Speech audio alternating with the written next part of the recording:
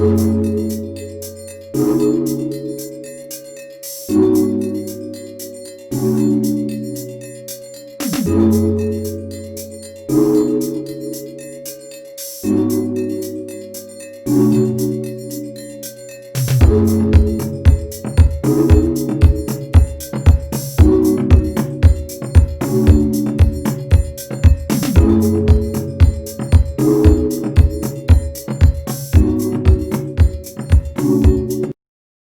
everyone, g'day from Australia. My name is Annie from Readers Review. I'm the founder of Readers Review based in Sydney, Australia, and it gives me great pleasure to be here to introduce a very important and wonderful panel with two fantastic authors whom I'm very excited to say are friends of mine. Before I continue though, I would like to do an acknowledgement of country, and that is to pay my respects to the traditional custodians of the land, past, present and future, and to acknowledge the wonderful work they do, and also to acknowledge the land in which I'm standing on right now, which is the Gadigal people of the Eora Nation. So I'd like to pay my respects to everybody within that community as well. So today I'm actually going to be introducing to you a very wonderful panel. It is an Own Voices panel, which is like Own Voices in Fantasy Fiction. First of all, I would like to introduce you to our international author guest, Callan Byron, coming to us live from America. Welcome. Welcome, Callan. Thank you. Callan is the debut author of a wonderful book called Cinderella is Dead, which has just come out this year. And I have to say it's one of my favorites of 2020. And I would also like to introduce you to a wonderful author from Victoria, Australia, Rebecca Lim. Welcome. Hi, everyone. Rebecca Lim is the author of many books, and she's also the editor of one fantastic book that came out in recent years called Meet Me at the Intersection, which she co-edited with Amberlyn Molina. So both of you, thank you so much for being here today. It's a great pleasure to talk to you both. First of all, how are you? Pretty good. How are you, Kaylin, actually, given the day it is today? This is the best day that I've had in 4 years, honestly. Like it's been an amazing day, and yeah, so I'm feeling good, feeling great. Yes, I have to say, big day for you over where you are. A very big day. Yes, yeah, big day, lots of good things happening. So yeah, it's been a rough 4 years, but you know, we're turning the corner. So very excited. Yeah, very pleased to hear that. We're watching very closely where we were, so we're very excited to hear the news. Thank you for being here as well on a big day as well. You could be out celebrating. Great. So I would like to introduce you both to the panel. As I mentioned before, you are both Own Voices and multicultural authors. So I'm very excited to have you both here. Rebecca, if you don't mind, I'd like to start with you. Could you tell us just a little bit about some of the work that you have published and maybe some of the middle grade books that you have published as well? Sure. I started off with a kids detective series and then moved on to a paranormal Fallen Archangel series called Mercy. After that, did a few more sort of things for teen readers because I've got young kids, so I sort of write for them and write for an older audience as well. And my most recent middle grade series was Children of the Dragon, which is an Asian themed fantasy. Yeah, it's very cool. I have a niece that loves that series very much. So I thank you. Thank you. And Callan, could I just get you to talk a bit about your debut novel that came out this year, please? Yeah, so I am the author of Cinderella is Dead. It's a YA fantasy that came out this past summer. It is the story of 16-year-old Sophia Grimmins. She's a young woman kind of living in the former kingdom of Cinderella. So it's a fantasy story set 200 years after Cinderella has lived and died. And it centers a queer Black girl. So yeah, it's very close to my heart, and it came out this past summer, and it's just been an amazing ride. Yes, and I thank you for writing that book too. It's one of my favorites for 2020, as I mentioned before. So thank you so much. I feel that Own Voice stories opens up a lot of doors, not just for other people to learn about, you know, your particular voice or the particular how you identify with, but also the opportunity for people to express themselves. So I'd like to know, because for me, I believe that Own Voice stories are quite important. If I could maybe bring both of you into that, and if you can both explain what Own Voice stories mean to you. Yeah, Rebecca, you may go first if you like. Sure, no worries. I'm not sure if Kaylin had the same experience, but I came to Australia as a migrant, and so growing up in kids' books and in sort of teen books, there weren't any there weren't any people who looked like me. So I kind of graduated onto fantasy and sci-fi reading pretty early, because it just felt much more inclusive than the children's books I was reading. So that's kind of what got me started on the fantasy path, because it just felt like a really sort of wide open world rather than the one that I was actually living in. Fair enough. Yes, Kellen. Yeah, I have a similar kind of experience. I write fantasy, and this is Cinderella's Dead is kind of a retelling, but I really loved fairy tales as a kid, and I loved, you know, Disney movies and Disney princesses, but there were no Black princesses, and there were definitely no queer Black princesses, and so I think that the Own Voices label, I think that it started out as something. The intent was good. It was intended, you know, to kind of shine a light on traditionally marginalized work by marginalized authors and creators. And so I think it has changed some. I think it has kind of gone in a different direction. But initially, I think the intention was very good, and it started some really good conversations. And for me, it started with just that kind of lack of representation and wanting to see more Black girls in fantasy, because there were so few. Yeah. Rebecca, did you want to add to that? I was just going to say, it's really hard to articulate when you're a kid, but when you read stories, and I love fairy tales as well, you read them and you sort of like start to realize that there's something slightly wrong about them, because everybody in them just doesn't look like you, and there's no space for you, and you never see anyone like yourself unless they're a slave or some exotic, stereotype that you can't deal with. So I agree as well. I think the Own Voices moniker has kind of shifted.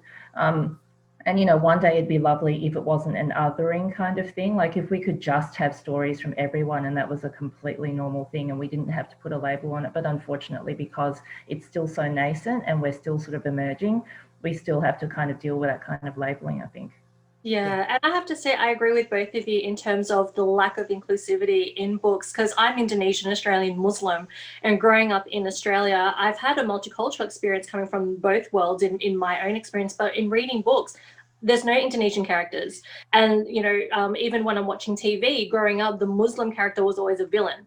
And I guess the only time I ever saw any, particular representation that gravitated towards, Arabia or remotely Muslim was Aladdin. That was the only thing that I saw growing up. But still to this day, there are no Indonesian characters in books or in fantasy, which is why I took it upon myself to start writing one, to put an Indonesian character on the shelf.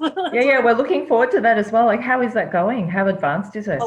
It's going. So the story has been written and it's going, but I'm actually feeling the pain that all of you feel in terms of rereading and adjusting and changing, and it just feels like it's never ending. So I'm looking forward to the day where someone tells me, you know what, it's done. Yeah, stop moving. So I have this newfound respect for authors and what you all go through. I've always respected authors and the journey you take, but actually being on the other side of the coin and, typing it out, oh, wow. It's very, very challenging, but I hope it will be rewarding. Like, can I just ask, Kaylin, how was the process for you, like with your publisher? Because if you're a debut author, did they take care of you? Like, was it a kind of really iterative process, or were you kind of given, orders that you didn't want to sort of deal with?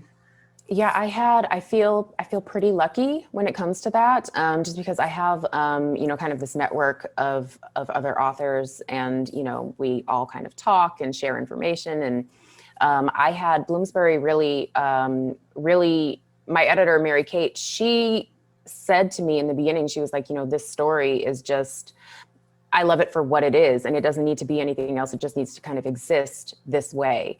And so she was incredibly supportive, and they let me have some input on the cover, and they let me do what I wanted to do, which was just to kind of center this queer Black girl in this fantasy setting, and not really have to, I'm not really sure how to say it, not really have to explain what it is, to just kind of allow her to exist as she is, and trust that, the same way that I did when I picked up fantasy stories when I was a teenager or a young reader, they were all white characters, and I had to kind of figure out what was going on and who, how that worked, and I could do that. And so I have to kind of trust readers to do the same thing, and they were very supportive of that. So it's been a really amazing experience so far. But the before I got my book deal, that part, the querying agents, that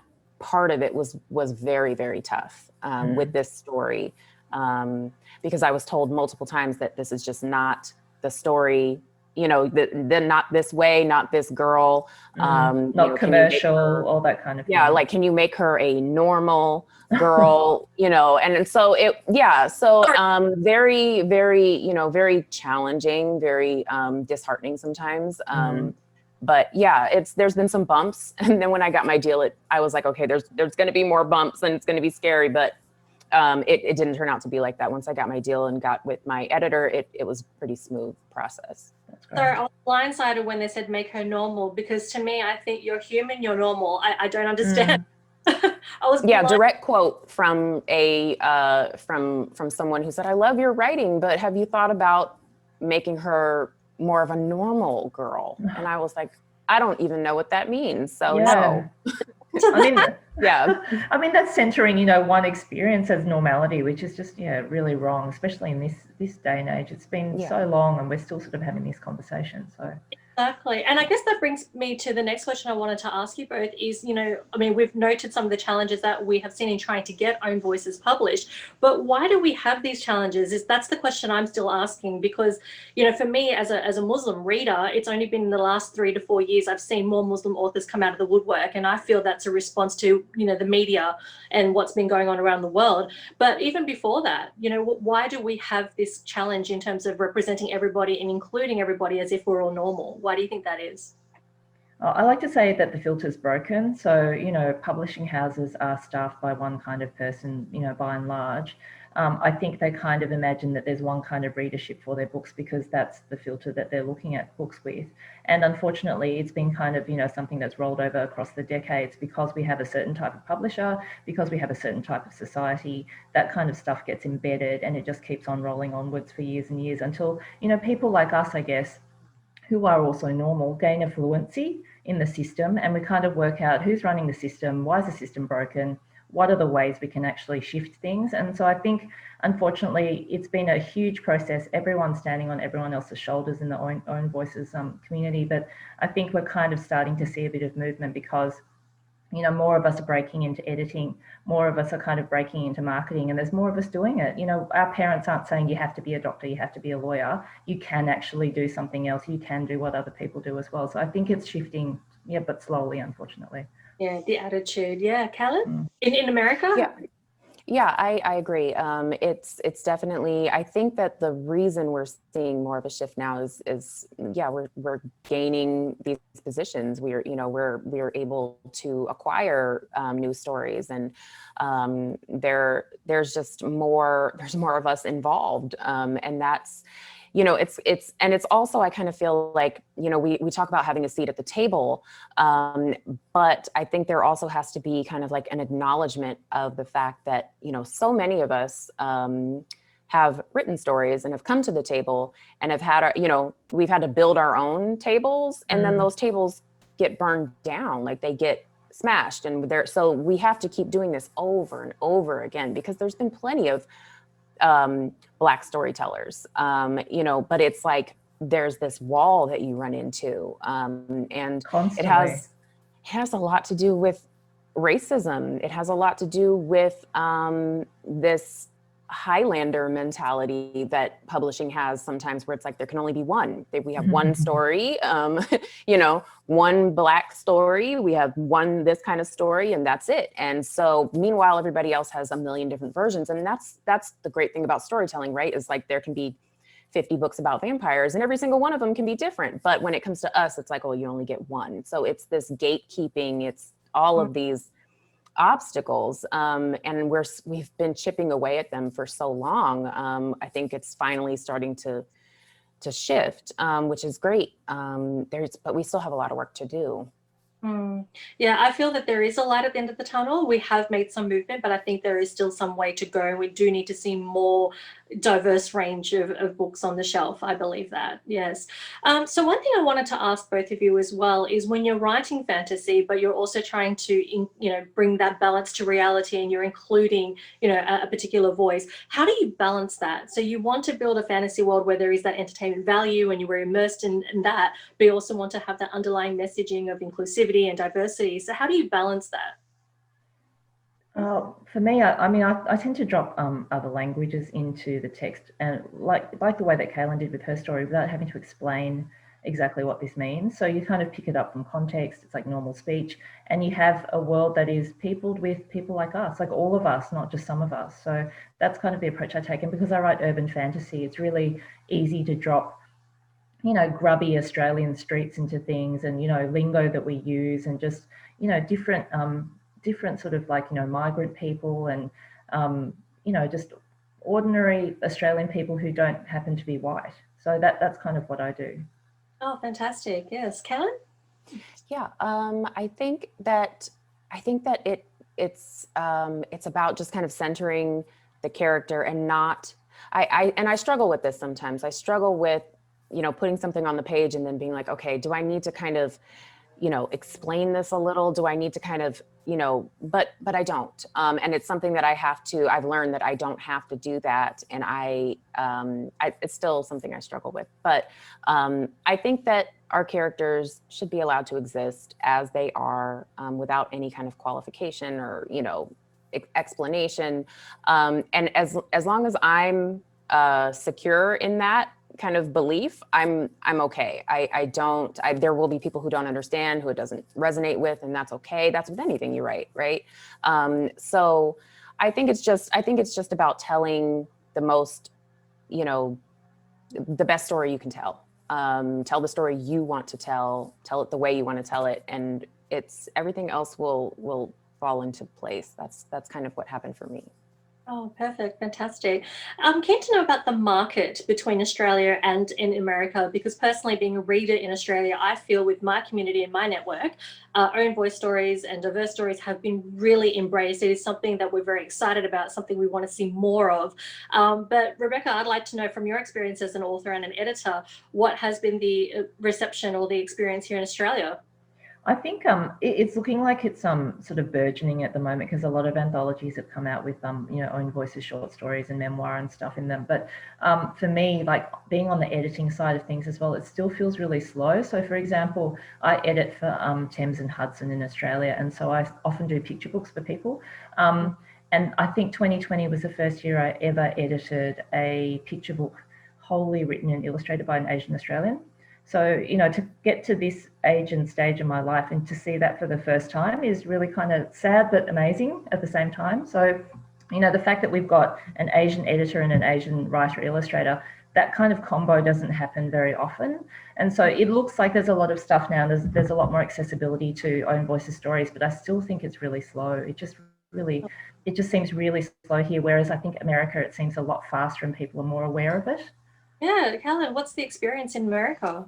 Yeah, it's, I think that, let's see, I would say in the past, so I wrote Cinderella's Dead in 2016. I would say that since that time, there's been an uptick, and the debuts that came out this year, I'm kind of part of this like writers group that's like all debut Black women authors, and there are maybe 12 or 13 of us, and we all know each other, which is not like we were like, oh, this is great, but it's also kind of a testament to how much work still needs to be done. Like all the Black women YA fantasy authors know each other. That's there's that's not great. So in a country of your size, it's right, not great. right. It's insane. And so we've kind of found this community, and we really the debuts that came out this year and 2021 is shaping up to be fabulous. But it just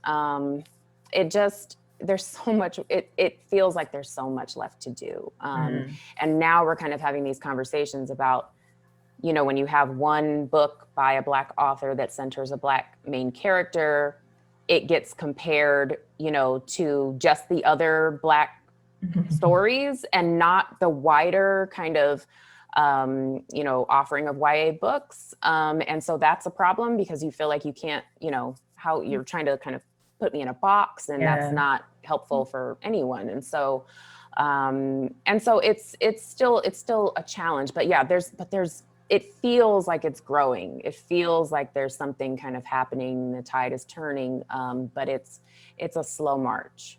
Interesting. I feel, yeah, that's actually very interesting because I just feel that, with our network, we embrace these stories. So we feel that it's actually, that there is a wide reception and a very big reception, but it's actually quite interesting to see that it is actually still slow moving in both countries. Yeah.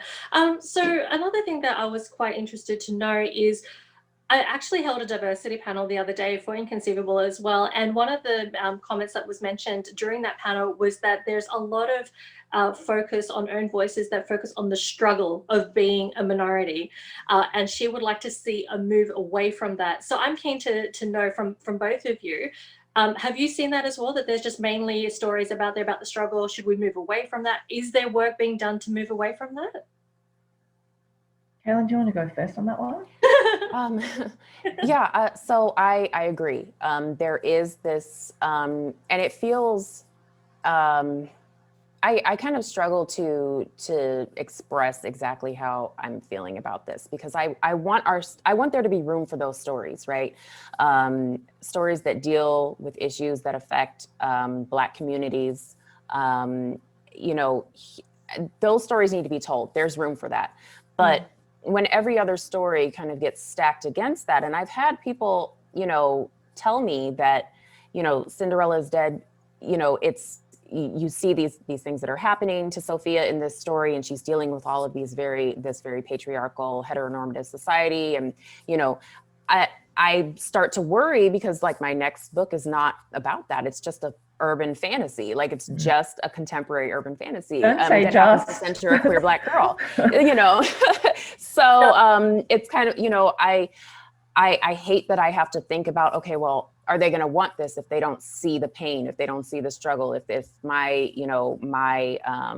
my intersectional marginalized identity is not the main focus of this story? I worry about that. And that is something that happens. You see which books get propped up, you see which books get, the most attention. And sometimes it's hard to kind of swallow that it's, books that are about pain, they're about struggle. And like I said, there's room for that, but there's room for so much more. And I think we're still trying to find our way to make sure that those stories get the attention that they deserve. And so, yeah, it's still an issue, and still something that we're trying to find our way through.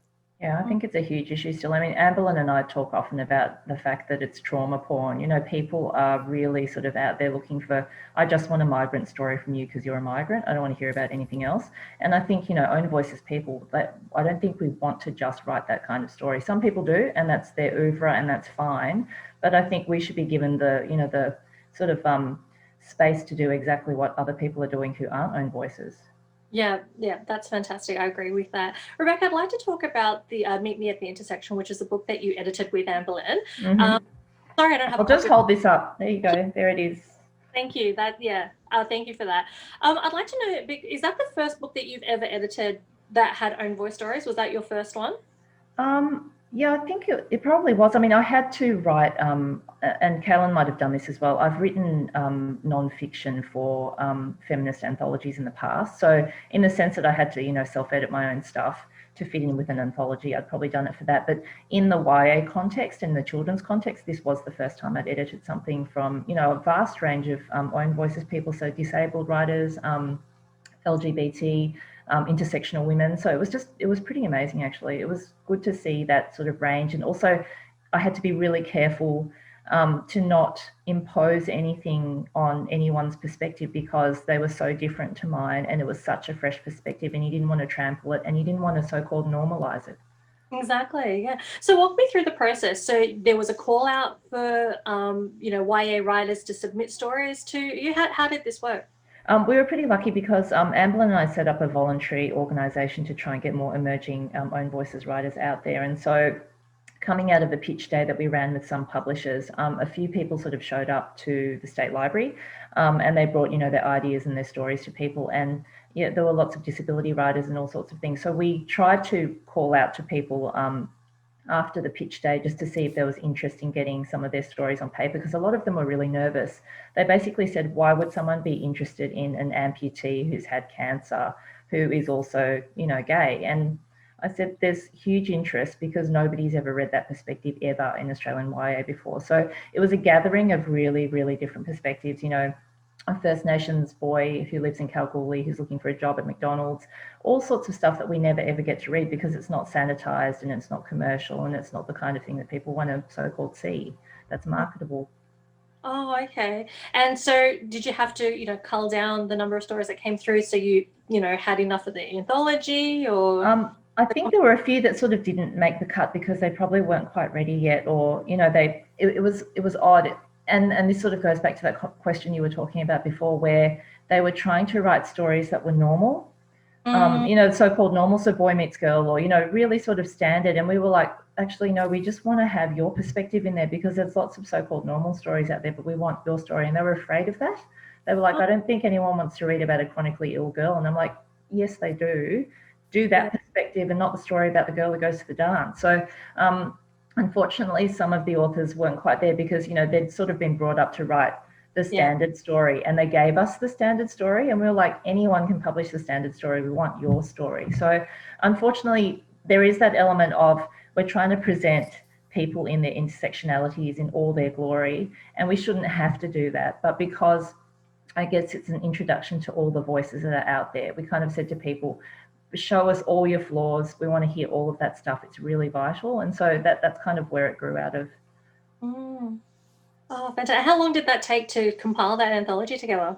Probably a 6 to 12 month process. We were really lucky because everyone was really, really willing to pitch in, because a lot of times, like, when you get someone to edit their work, there'll be the author occasionally who just says, it's perfect and I can't touch it. I'm not going to do any, I'm not going to do any trims to this. And like everyone was really willing to actually work at it really hard and meet the deadline. So it was great. Oh, fantastic. That's a very quick turnaround for an anthology, I have to say. It was. We were lucky. I was going to say that's quite quick, but yeah, that's really cool. So, Callan, I'd like to bring you in on this conversation as well. So, have you've written short stories before? I know that, but that was more fan fiction before you wrote this one. Is that correct? Because we've talked before.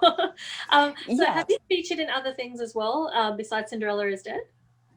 So I just recently, and I think something, that was brought up was, the stories that we try to tell, especially when you've internalized a lot of the kind of othering, growing up. And also when you are an avid reader and you decide you're going to be a writer, sometimes all of the things that you are exposed to kind of come out. You try to write like someone else, or you try to tell those kinds of stories. And when those kinds of stories don't feature anyone who looks like you or loves like you, it kind of falls flat. That happened to me. I wrote 3 novels before Cinderella is Dead. And I had the same thoughts. I was like, well, I don't really want to tell a story about somebody like myself, like just a queer Black girl, because I just don't think anybody's going to want to read it. And that was kind of the message that I was getting, from writers groups, from, critique groups, from, things like that. And so I wrote these novels that just fell flat. They just didn't work.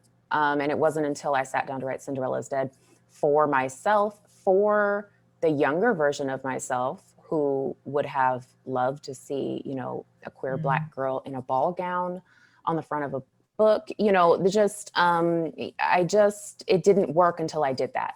And so, so I think that there's so many hurdles that you have to jump over, and some of them are, yourself, you have to kind of figure that out, and that's tough. But I just had a short fiction piece in Midnight and Indigo, which is a speculative fiction publication that just came out on Halloween. Because I love horror. I am a horror fan. And so I got to do something there. And then I've got some other stuff coming up in the future. But yeah, Cinderella is Dead is really just kind of my line in the sand. Oh, fantastic. What I'm also curious to know is there are a lot of contemporary books out there that do feature diverse characters and representation inclusivity, but there has been quite a shift in fantasy, more so than before. We've gone just from, a vampire who is of a Caucasian background to, different fantasy books that feature, a Black person or an Asian person or a Muslim character even in recent times. And I'm just wondering, I guess, what the attraction is there from your perspective. Personally, for me, I love fantasy. I find it most entertaining. It's my escape, but it's even more exciting when I see someone who's diverse or even like someone I identify with. So I guess from your perspective with the shift in the fantasy, what is the attraction when we see, a diverse or an own voice person in fantasy? Well, for me, I think, like after sort of decades and decades of, like oiled up men and, slave women, and I think it just, fantasy was due for a breath of fresh air. And I think the great thing about fantasy for a lot of diverse writers is it's so transgressive. You can, you can throw everything in the kitchen sink into it and it kind of still works. Whereas when you work in a contemporary kind of atmosphere, I guess, you are sort of more bounded by, can the publisher handle this? Can the market handle this? Can readers handle this kind of thing? Whereas with fantasy, it's like no holds barred. You can do whatever you like. And so I think it's quite a comfortable space for, diverse writers to play in, because you can sort of take all the elements from your own childhood and all that stuff that you've internalized and all the other things you've read and just kind of smush it together. Yeah. Kelly? Yeah. It's just a really wonderful space to kind of deconstruct, I think, societal norms, and you can do it in a way that feels new and feels fresh. And I love things, it's just my own personal preference, but I just love things that have to do with magic, that have to do with systems of magic and who has access to it, who doesn't. I think that, even in the fantasy setting, I'm still kind of tackling issues of access and of, women's agency. And, because I think that sometimes in the fantasy genre, those are things that are lacking. And so it's just a wonderful space to kind of to work in. And I just try to take all of these influences that I have as a Black woman, because I think there's something to be said for fantasy that is seen through the lens of people who are not white. It doesn't always look the same, it doesn't always feel the same, but it's just as important, and it's just as, it just feels like such a full and fulfilling space. And so for me, it was pretty easy to kind of make that turn into, speculative fiction, into fantasy, into horror, because it's all of that takes on a different meaning when you kind of shift the lens a little and have those stories be told through the eyes of someone who has not had a seat at the table. So that's what it is for me. Oh, perfect. Yeah, well, for me personally, as someone who loves watching fantasy on TV, loving reading fantasy books, I feel that the author can explore a lot of real world issues that do affect, marginalized characters in the realm of fantasy. And a reader would look at that and think, yes, okay, that's important, but it's not as full on and it's not as confronting. Would you agree with that? I think it can. I think it can be. I think it can be something that is heavy, but because of the space. So just in Cinderella's Dead, there's kind of there are these themes of domestic abuse. There are these themes of very violent resistance to anyone who is othered, and so they're heavy issues. And I think sometimes in the fantasy space, it kind of feels like, oh, it's too heavy, but it's not. I think it's just a good space to kind of have those layers. You can have these heavy subjects, and then you can kind of temper it maybe with these magical systems, with these other kind of elements, but we're still, the issues are still dense, and so that's why I love it so much. Yeah. Yeah, I agree with that. I think you can take really, really heavy issues around, race, violence against women, all sorts of things, and deal with it without shouting about it. And so I think, a lot of the time with YA and children's books, when you read a contemporary, everyone goes, "Oh, this is an issues book. This is an issue about, foster care," or this. But in fantasy, you can kind of like disguise it, I guess, under layers of like actual action. So you are discussing those sort of big political issues, or sort of systemic bias or whatever, but you're not going, "Hey, this is about systemic bias." It's a lot more engaging, and it's a lot more fun, and it feels organic, like it's happening and you're learning about it, but no one's sort of screaming at you with all the terminology. So I think that's a really good way of dealing with really heavy stuff, but in an entertaining fashion. Yeah, I agree. It draws the parallel to the real world, but at the same time, there is that engagement with the audience. And people do take a lot away from books, even when it is fantasy.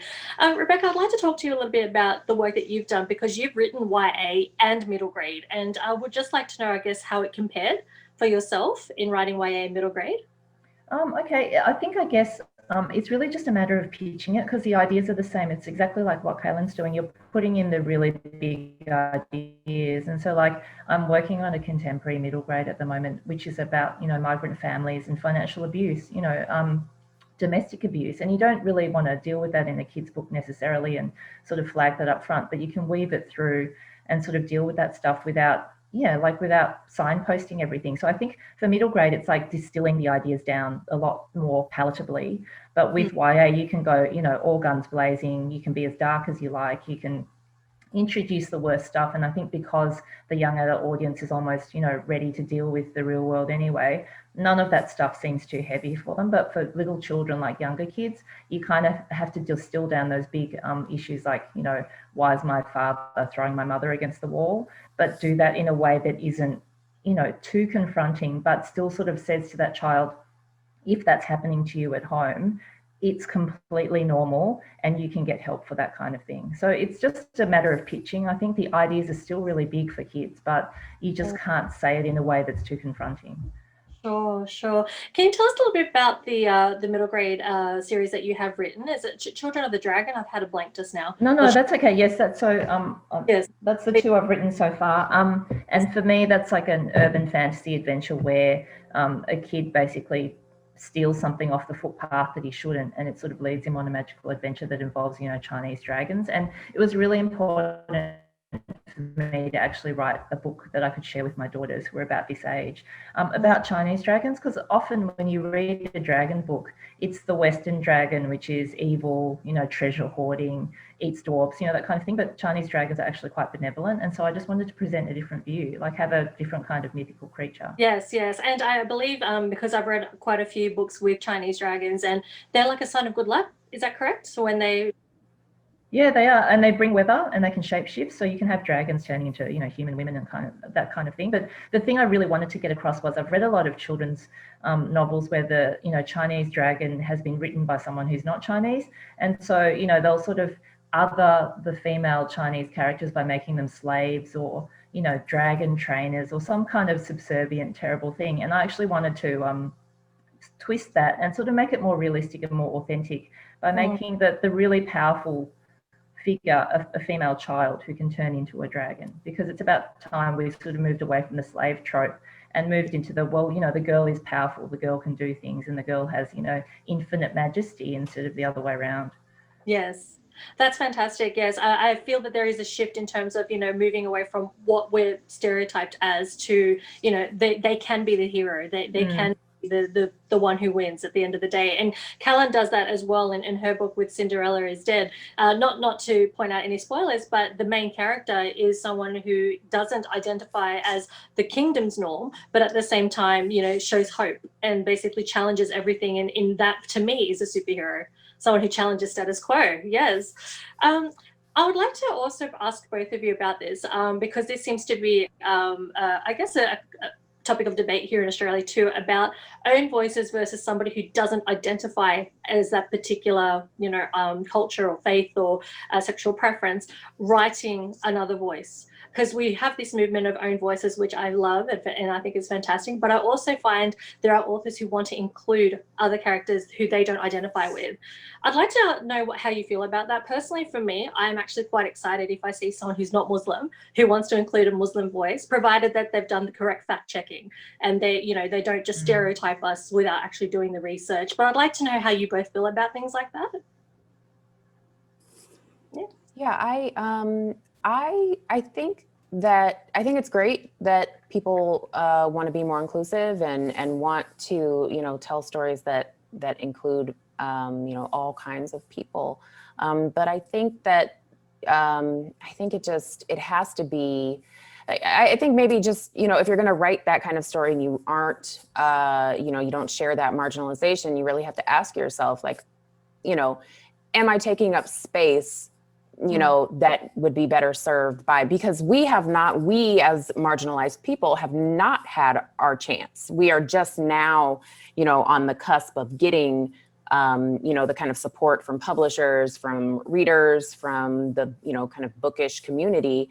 And so it's important to kind of ask yourself, like, well, why do I need to tell this particular story? And I think that it's okay to do it, sometimes. I think that if you put in the work, if you have, people around you, the first Black person that you meet shouldn't be the character that you create and put in your story. Like, that's like, if that's the situation, then don't do it. I think that, we are still trying to establish ourselves, and we are still trying to get our foot in the door, and we're kind of halfway in, and then, it's kind of like, well, I want to do it too. And I think there's this kind of thinking that diversity, that inclusion is trendy, that it's something you can kind of jump on and capitalize on. And that is a problem. So I really think it's just about, I was going to say intent, but intent doesn't matter. What matters is what you put on the page and how people who share those marginalizations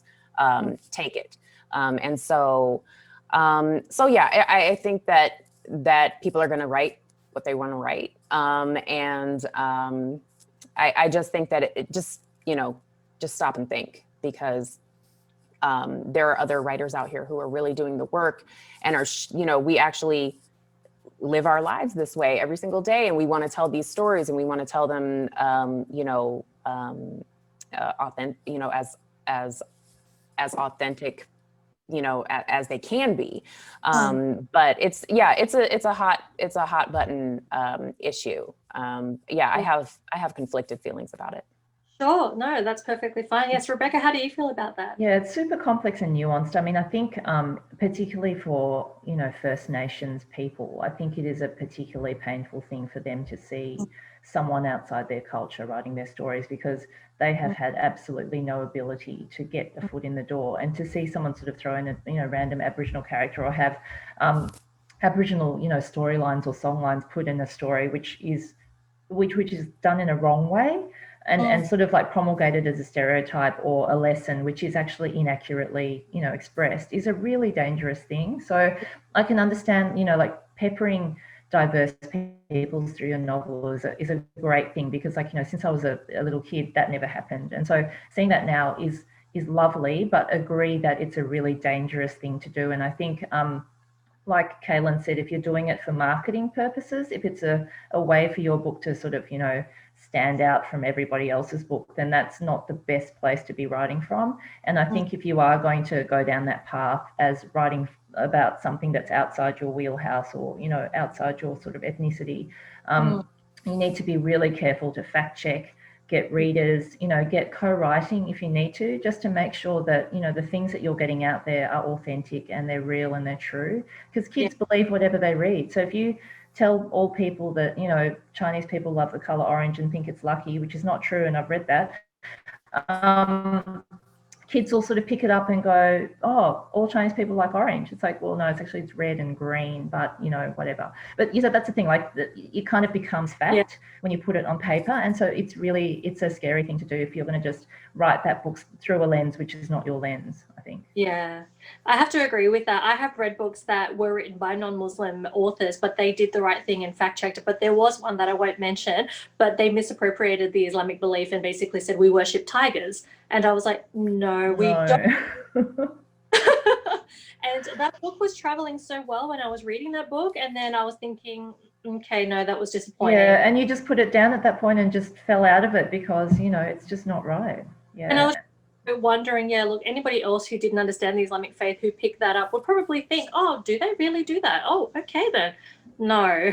So yeah, 100% agree. And yes, I do have to agree in the sense that, you know, the movement of own voices, it's giving that opportunity to those that didn't have it before. And it's it's sad that it's only coming out now. But it is, I feel that there is, you know, starting to close that gap and bring ability to those to access those stories and tell those stories as well. Yeah, so it's really good to see that that movement is actually gaining momentum, I have to say, because I didn't see that like 10 years ago, 11 years ago. I created Reader's Review, and the only thing that I saw was Twilight and Harry Potter. Like that was the only thing that really got a lot of attention. But it wasn't until, you know, the last, say, 4 to 5 years there's been a bit of a change. So I'd like to know, you know, diversity and own voices aside, I'd like to know about your writing processes and what gets you both in the mood to write. Do you listen to music? Do you have to go for a walk first and start writing? What do you do? Anybody? Rebecca, you can go first if you like. Well, for some of my novels, because there was a series that I wrote to do with sort of paranormal things, I had a playlist, and so like as soon as I played the songs on that playlist, I was basically, you know, dropped into that sort of mindset, and it was sort of easy to get going. And now when I go back to those stories and I need to sort of add on new stories to that, go back to the old playlist from, you know, I think I started doing it in 2010, so I go back to that, it's built up, but I'll start listening to those songs again just to get myself into the headspace.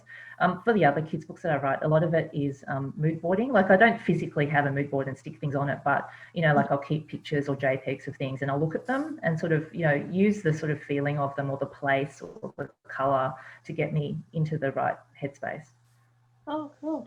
Callan, I think you have a playlist too. Last time we spoke. I do. I love playlists. I make one for everything that I work on, and yeah, it's easy to for me. It's kind of like a bookmark. I can kind of get, you know, jump back in when I've got, you know, the tracks all listed there, and so yeah. So I love playlists. I love music. I also just for me, I've had to stop waiting for inspiration to kind of strike. I need to put my butt in the chair and start to write. And that's, you know, that's kind of how it works for me. It's kind of like if I'm waiting for the muse to start, you know, working, I'm gonna be sitting here forever. So habit for me is just to, you know, if I need to write, I need to put my butt in the chair and write. And that works for me. So as soon as I get down and sit down and things start, you know, flowing, that works for me. I also I love snacks. Like I need snacks when I sit down to write, like Biscoff cookies. They're like little cinnamon, like ginger things, and coffee. That's like, if I have that, I'm ready to go. So yeah. Yeah, I think you're right. Actually sitting down and just writing, because that's something I've had to learn very quickly, because I have a full-time job, and since working from home, it's been very busy. You really just have to make that time to write, and you have to just get yourself there, and whatever works for you, just do it. Yeah. So for me personally, I'm listening to West Javanese gamelan, which is traditional West Javanese music, because my book is urban fantasy with West Javanese representation and in the location. So it gets me in that headspace. And every time I hear that music, I recall the trees and the jungles of Indonesia. It just really sets me there. Really That's does. great. Yeah, that's exactly what I do too. So yeah. And just remembering, just do it. Yeah, there is a light at the end of the tunnel. Just do it. Just do it. One thing I'm curious to know, because I discussed this in another panel as well, is when was the first time you noticed inclusivity or change in a book that you were reading? The very first time in your life. When was the first time that happened for you? Oh, it's really recent, which sounds terrible, isn't it? Like literally, I think when I was in my 30s. So yeah, I can't even think what it was, but I just thought, hey, that's not stereotyped. But I couldn't put my finger on it, but it's been really recent, I reckon. Yeah. Same. Well, for me, yes. Colin, yes. Yeah, so like when I was younger, I went to other, there weren't, so I'm 37, and you know, at the time where I was a teenager, I just don't recall there being like a lot of, I don't know if it was YA at the time, but I know that I read a lot of adult fiction just because I was Mm. trying to kind of find other stories and find other, you know, other characters. And that's when I discovered Toni Morrison. And it Mm. was the first time I read Beloved. A librarian gave that book to me. And it was the first time that I saw like Black people who weren't stereotypes. It was just, you know, and it was kind of a scary story on top of, because even though we don't talk about it as like Gothic fiction, Beloved fits into that Gothic fiction space very well, but it's told by and for Black people. So I think that's that book. And then I later on I discovered Octavia Butler. And I think that those stories that, you know, centered Black people, you know, that was the first time that I saw representation that wasn't stereotypical. But recently, you know, I'm kind of drawing a blank, but like I'm trying to think of the first kind of more recent thing where I was like, oh, that's not like everything else. Let's see. I read a picture book. Julian is a Mermaid, I think is what it's called. And that was a very, you know, very special children's book. But as far as like a queer Black girl at the center, I don't know. Maybe Cinderella's dead. I don't know. You know, I Yeah, can't it's really hard. think. Yeah. It really is difficult. So I'm sorry, I drew a blank with the answer before, Annie, because sure, there was like representation for Asian people in, you know, the Joy Luck Club, you know, Maxine Hong Kingston's books, but they were adult books. And so like when I was a child, I wasn't reading those books. Like I knew they were out there, Wild Swans, all that kind of stuff, but they had nothing to do with me as a child reader. And so that's why when you were going, what did you read? It's like, I don't think I read a children's book or a young adult book about someone like me until I was literally in my early 30s, and I'm, you know, 40 something now. So that's only like 10 or so years ago. So yeah, it's been really, it feels like it's been really rapid recently that change is coming. But Yeah. before that, it was an absolute desert. Like I was too old for Babysitter's Club, which had one Japanese girl in it. I'm not Japanese, so that's still not quite there for me. And all that stuff that was happening with it was trauma porn. I mean, all that, you know, the Chinese communist government, you know, killed my family, and all that stuff was sort of happening at one remove to a Chinese kid reader in Australia. It just had nothing to do with me growing up, I suppose. So, yeah, so I'm sorry about the answer before where I just looked completely blank, but it's been really recent. Yeah, no, don't be sorry at all. I'm actually glad I asked that question. I did that on purpose because I wanted to just see, you know, how long ago it was the first time you saw it. And I think it's quite clear that it has only been in recent times. And so there is a lot of work that needs to be done. Because even me, like I said, until now, I'm in my mid-30s and I still haven't seen an Indonesian character that is the center of a story on a Western shelf.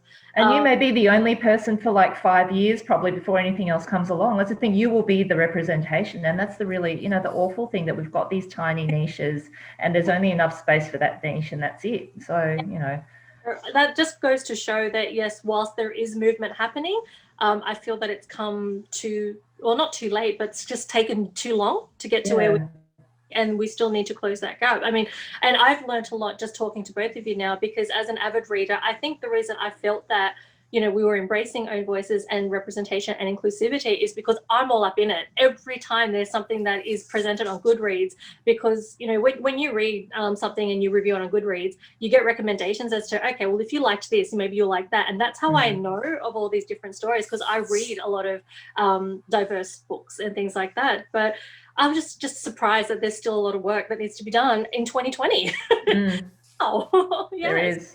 Yeah, and the first picture book that I saw was written, I have it here somewhere, and I've got drawn blank on the author, but she was the Olympian in America, and she partnered up with S.K. Ali to write a picture book called The Proudest Blue. And that was the first time I've ever seen a Muslim picture book on a Western shelf. That was the first time I've ever seen it growing up. And I was thinking, where was this when I was a kid? And it wasn't about a struggle or anything. It was just about a little girl who her sister starts primary school and she decides to wear a blue hijab. And I thought that was fantastic. She was a medal. I cannot think of her name. I've drawn blank. I'm sorry, but she was a Muslim Olympian in America, and she was a medalist as well. So that was a fantastic book that's quite accessible to all readers as well. I'm gonna go look it up after this, I think. Yes, I think I'll find it and I'll send it to you to show you. And there's another book that was written by, it was a collaboration with Oscar Alcan and Hazel Edwards. They're based in Victoria, called Hijabi Girl, which was a little girl in primary school who wants to go to school for book week, to dress up in a book parade, but didn't know what to wear because she wore a hijab. And she couldn't find anybody that she could identify with in books because everybody would go as a superhero or a prince or a princess. Nobody she could identify with as a hijabi. So then she just decided to go as Hijabi Girl, and she created her own character. Right. Which I thought was cute. But it just goes to show that there wasn't a lot out there as well, which is very, very sad. Yeah, it goes back to what Kaylin was saying, you have to create your own heroes because we didn't have any. Yeah, it's up to us. I'm sorry. Yeah, they do a I think it's called the diversity report, and they do it every year, and it kind of takes stock of the publishing industry kind of as a whole to see what's being represented. And there are still more books about talking animals than there are about literally any other type of person who isn't white. And when you start having intersecting identities where you have someone who is Black and queer, the percentage is less than 1. Like it's the state of things is, it feels like a lot sometimes because we have these great books coming out recently, and we have a lot of they have a lot of visibility, but when it's kind of shown against the wider picture, it still is a pretty rough thing to look at. And we wait for it every year, and it comes out, and it's just we're hoping that it gets better, and it's kind of stagnant. It's still sad. It's still a lot of work. And I think in picture books, kind of like you were saying, like from the time that kids are little, they need this representation, and they need to see themselves, and other kids who don't share their marginalization need to see people who don't look like them, to understand that it doesn't always have to be about you. It's about growing empathy, absolutely. Yes. Yeah. So lots of work to do. I mean, this is kind of like breaking news, I guess, because we haven't really published it yet, but we've been working with Emily Booth, who's a YA researcher and writer in New South Wales, Amberlin and I think for 2018, she did a count of the picture books, and basically there were 13 books out of 200 plus books, almost 300 books, which were either people of colour or First Nations. And none of those 13 books included a disabled creator or a creator who was LGBT. So, it's just a really sad indictment that, 13 out of, say, 284 books, most of them are not created by anyone who looks anything other than the so-called norm. Oh, that's not even a quarter. That's really sad. It's really sad. Oh, and I'd like to say I know Emily Booth. She's amazing. Yeah, she is amazing. So she's doing this kind of research work in the background about, how many actual own voices stories are coming out in the children's YA marketplace, and they're tiny. It's still tiny. Oh, that's sad. And I think this is why I love doing things like this, whether it's on Zoom or whether it's in a live panel somewhere. It's to basically show the world that there is more out there than what you're seeing. And I think it is up to us to try and push that. And I'm hoping that, with the viewers that tune in and see things like this, it might inspire them to say, you know what? Yeah, I can write too and put myself out there as well. So I'm really hoping that happens as well. Or even just read more widely, read as widely as you can, right? Just read as much as you can from as many voices as you can, because that just, it increases your worldview.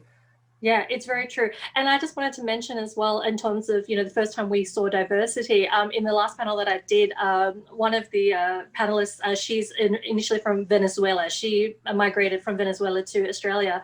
And growing up, she'd never seen anybody who was a Latina. She never identified with the books that she was reading. The first time she ever saw it was watching Moana.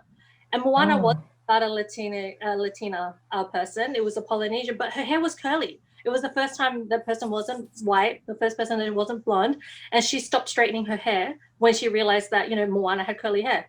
And that's only recent. That's only a few years ago. Yeah. So, again, a lot of work to be done. And I'm really hoping that, people who are tuning in, people, will read more widely or even decide to write, so we can have a wider range of books out there to be read. One thing, because sadly we do have to come to a close soon, but one thing I'd like to ask both of you is, what are you hoping your readers get out of the books that you have written personally? I think just expanding your mind, like just being open to wonder and being open to, growing empathy and, realizing you're part of something bigger and you're connected to other things. I think that's kind of the feeling I'd like to leave with people. Sure, yes. Karen? Yeah, I think I would just, I hope they enjoy the story, and I hope that they can kind of get lost for a little while. But I think, I think at its core, my work is just about, it's just about telling readers that you're enough, just as you are, and you are already the hero of my story, and you can be the hero of your own story too. Exactly, yeah. And for aspiring writers like myself, emerging writers, what is the one piece of advice that you could give to anybody that is listening to you today? Read widely. Yeah. Read as much as you can. Yeah. Yeah, I agree. You have to be a writer is to be a reader. So yes, read widely, read in the genre that you write in, and make sure that you read books that are not in the genre that you write in. Read across age categories, read fiction, nonfiction, just read, and finish your draft. Like finish it, because you can't make it better if you don't finish it. It's okay if that first draft is trash. It's okay. Like, just finish.